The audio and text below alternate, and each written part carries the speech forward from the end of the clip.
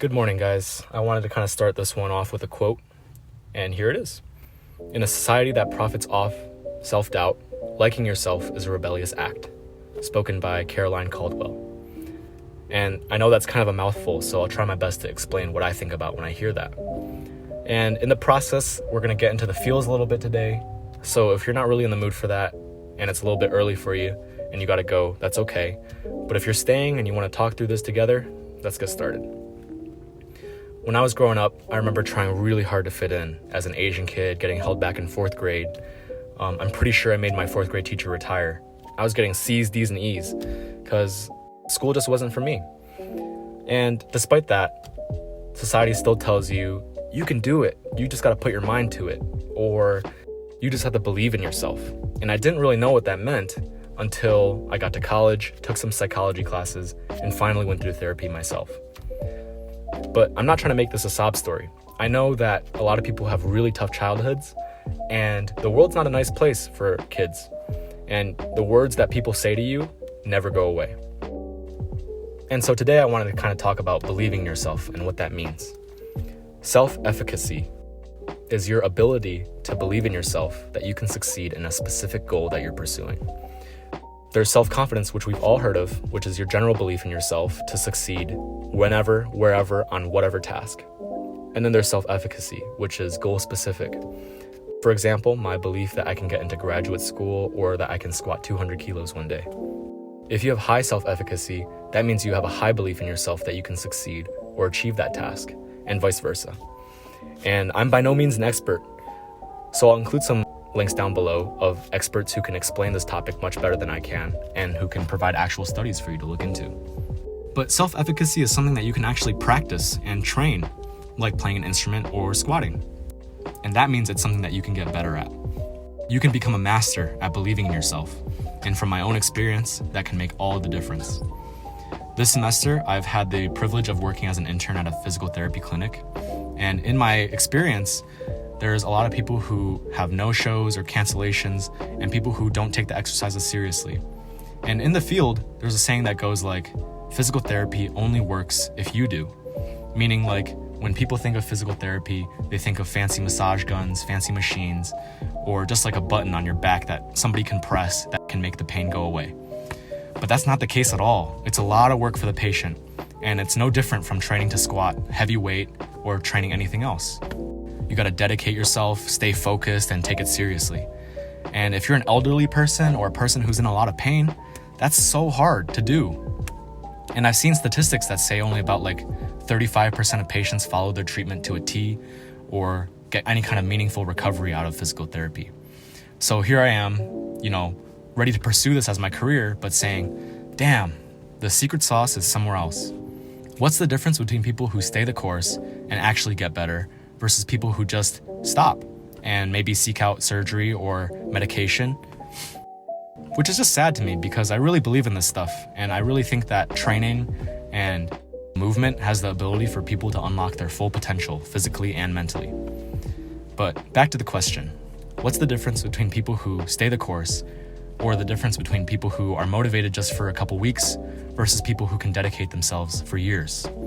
I think that secret lies in the ability to believe in yourself and to actually believe that you can get better or change. Truly, wholeheartedly, when you think about that goal in your head, you need to convince yourself, not lie to yourself.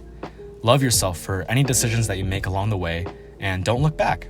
The past is the past, and after you move on from something, you just ask yourself two questions. What went well, and what do I want to do different?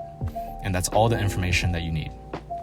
Take note that it's not how did I not mess up or what do I need to fix. How you talk to yourself and word these things to yourself matters. Are you going to listen to a friend that talks shit to your face all the time, or are you going to listen to a friend that loves you, supports you, and provides constructive criticism? Be a real friend to yourself and support yourself, because at the end of the day, you're not with anybody else but your own mind, and you don't have to let that be a scary thing.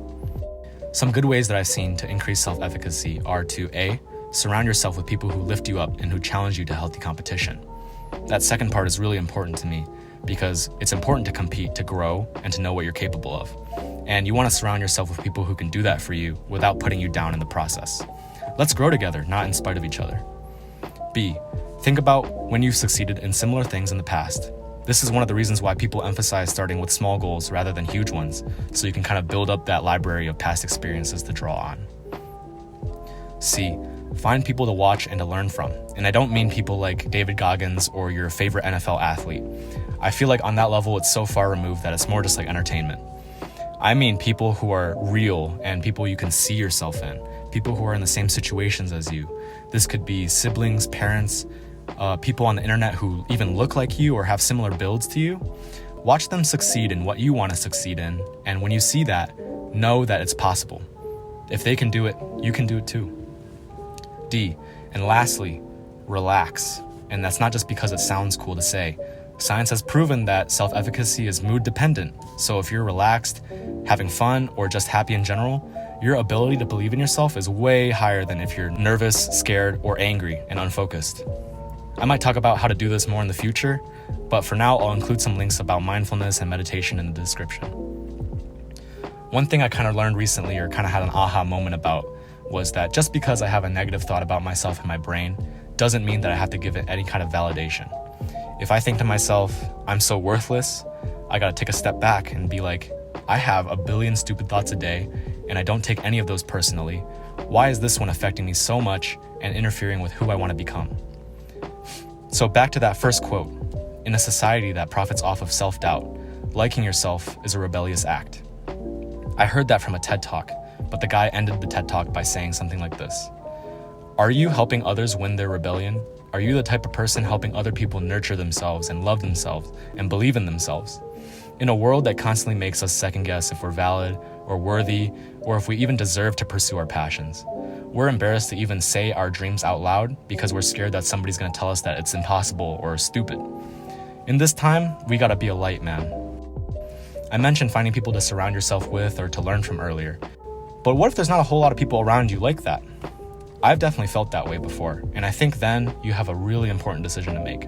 Are you gonna be that first person to reach out to somebody and say, hey man, how's that hobby of yours? Or is there a project that you wanna work on that I can help you out with?